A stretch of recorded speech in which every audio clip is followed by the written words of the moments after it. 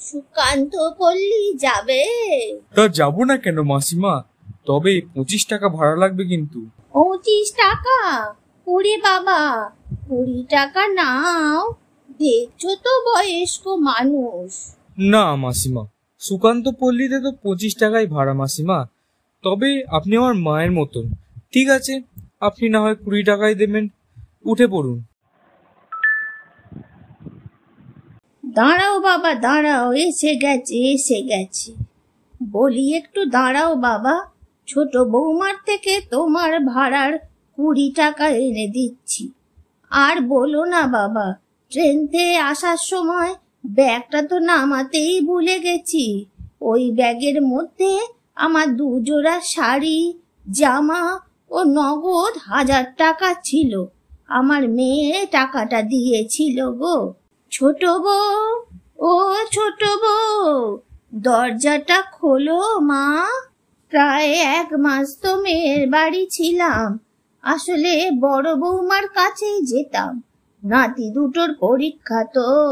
বড় বউকে কালকে ফোন করেছিলাম, বড় বউ বলল যে তোমার কাছে এই মাসটা থাকতে, সামনের মাসে বড় বউ বাড়িতে যেতে বলেছে। আপনি বড়দির কথা শুনে ড্যাং ড্যাং করে চলে এলেন? বড়দির ছেলেদের পরীক্ষার শেষ নেই। এদিকে সকাল থেকে আমার মাথা ঘোরাচ্ছে, কাজের মেয়েটাও আসছে না। এমন সময় আপনার দেখাশোনা করব কি করে বলুন তো মা? আপনি বরং একটা কাজ করুন, মেজদির বাড়িতে চলে যান, আমি ফোন করে দিচ্ছি। নিন, অটোতে উঠে পড়ুন। আচ্ছা দাঁড়ান, আপনার ছোট ছেলেকে একটা ফোন করে দেখি। শাশুড়ি মাকে একবারও ভেতরে আসতে বলল না ছোট বউ, পাছে যদি আবার থেকে যায়। আর শাশুড়ি মা দরজার কাছেই দাঁড়িয়ে রইল, আর দূর থেকে অটোওয়ালা সব কিছু লক্ষ্য করছে। মা, আপনার ছোট ছেলেও বলল দিন কদিন আপনি ঘুরে আসুন। আসলে আমার শরীরটা তো ভালো নয়, তাই। নিন, তাড়াতাড়ি উঠে পড়ুন, আর ভাড়াটা মেজদির থেকেই নিয়ে নেবেন। চলো বাবা, ফিরে যাই। স্টেশন থেকে সুকান্ত পল্লীর ভাড়া আপনার জন্য 20 টাকা। এবার আপনার বৌমাকে বলুন একটু ভাড়াটা মিটিয়ে দিতে। ঠিক আছে বাবা, তোমার টাকা তুমি পাবে। চলো এবার অরবিন্দ পল্লী, আমার মেজ ছেলের বাড়ি ওইখানে। তুমি ভাড়া ওখান থেকেই পেয়ে যাবে বাবা। অটোওয়ালা কোনো কথা না বাড়িয়ে মাসিমাকে নিয়ে চলল অরবিন্দ পল্লী। সকাল সকাল ভালোই ফ্যাসাদে পড়ে গেছে অটোওয়ালা। তবে সে কোনো বিরক্ত না দেখিয়ে বরং শেষ অবধি কি হয় তা দেখার জন্য তার প্রচুর আগ্রহ বেড়ে যায়। দাঁড়াও বাবা দাঁড়াও, এসে গেছি তো। তোমার নাম কি বাবা? আমার নাম সুখেন দাস।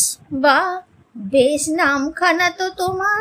বৌমা, ও মেজ বৌমা, দরজাটা খোলো মা। কে? আমি, তোমার শাশুড়ি মা। এ কি মা, আপনি? ছোট বৌমা তোমাকে ফোন করেনি?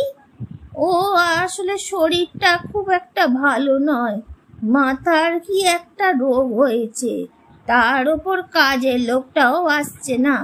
তাই বলল তোমার কাছে এই মাসটা থাকতে, তাই চলে এলাম। আর যাবই বা কোথায় বলো? তা আইসেন, ভালোই করছেন। তবে এখন তো আমরা খুব অসুবিধা হবে মা।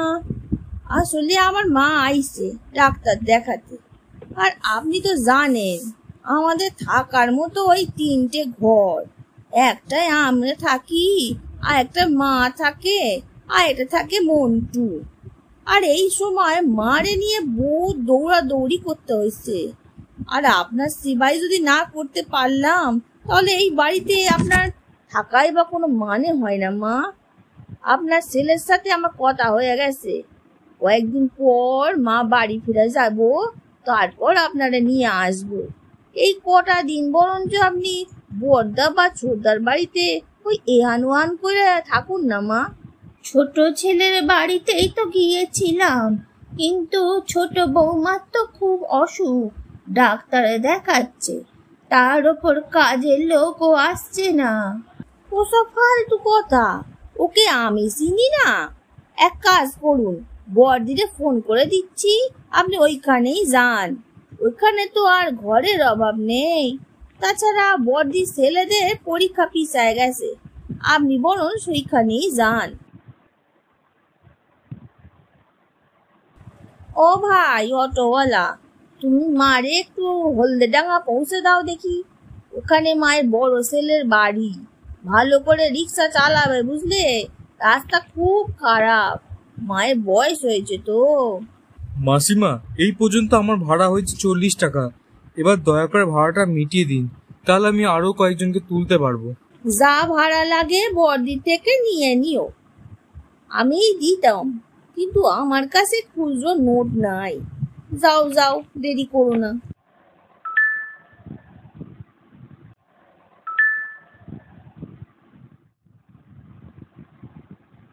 এই তো বাবা, এটাই আমার বাড়ি। এখানেই থামো বাবা। বলি তুমি একটু অপেক্ষা করো বাবা, দেখি বড় বউ আবার কি বলে। কি আর বলবো, নানান অজুহাত দিয়ে এই বৌমা ওই বৌমার কাছে ঠেলে দেবে। শুধু শুধু একবার এখান থেকে ওখান, ওখান থেকে এখান। ঠিক আছে মাসিমা, তা আমার ভাড়াটার কথা বলবেন কিন্তু। মা, আপনি এখানে? আপনার তো এখন এখানে আসার কথা নয়। হ্যাঁ মা, প্রথমে তো ছোট ছেলের কাছে গিয়েছিলাম। ছোট বউয়ের শরীরটা ভালো নয়, তার উপর কাজের মেয়েটাও আসছে না, তাই বলল মেজ ছেলের বাড়িতে যেতে। ওখানে গিয়ে শুনি মেজ বউয়ের মা এসেছে ডাক্তার দেখাতে, তাই ওদের ঘর আর নেই। তাছাড়া মেজ বউ তো বলল তোমার ছেলেদের পরীক্ষা পিছিয়ে গেছে, তাই তোমার কাছে থাকতে। দিন কতক থাকি, তারপর মেয়ের বাড়ি চলে যাব, সেখানে গিয়ে চোখের অপারেশন করব। কেন মা, আমরা কি কেউ নেই? আপনি মেয়ের বাড়ি গিয়ে চোখ অপারেশন করবেন বলছেন? আপনার ছেলেকে বলবো একদিন ছুটি নিয়ে আপনাকে চোখ অপারেশন করিয়ে আনবে। এই কটা দিন আপনি মেজ বউ সেবা যত্ন করতে পারতো তো। পরীক্ষা তো আর ওরা দেবে না, দেবে আমার ছেলেরা। আমি থাকলে তোমার ছেলেদের পড়াশোনায় কোনো ক্ষতি হবে না বৌমা। আমিও তো চাই ওরা ভালো রেজাল্ট করুক। আমার তো খুবই ইচ্ছা আপনি এখানে থাকুন, কিন্তু আমার বুকের ধড়ফড়িটাও তো খুব বেড়েছে মা। যে কোনো সময় স্ট্রোক হয়ে যেতে পারে। ডাক্তার ভারী কাজ করতে বারণ করেছে, রাতে ভালো করে ঘুমও হচ্ছে না। বলছি মা, এবারে যদি আপনি ছোট বউয়ের কাছে থেকে যান তাহলে খুব ভালো হয়। দিন কয়েক পর আমি সুস্থ হয়ে গেলে আপনার ছেলে গিয়ে আপনাকে নিয়ে আসবে। আমি ছোট বউকে ফোন করে দিচ্ছি মা। ছোট বউয়ের তো শরীরটা ভালো নয়, ওর বাড়িতেই তো আগে গিয়েছিলাম, আবার ওখানে যাব? আমি তো সিঁড়ির তলায় থাকি মা, তাতেও তোমাদের অসুবিধা হবে?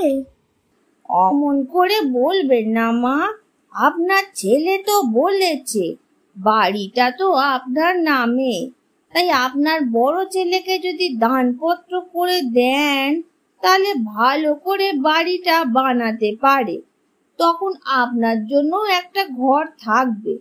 আপনার শেষ কাজ তো আপনার বড় ছেলেই করবে মা। আপনি এখন আসুন মা, আমারও শরীরটা কেমন করছে।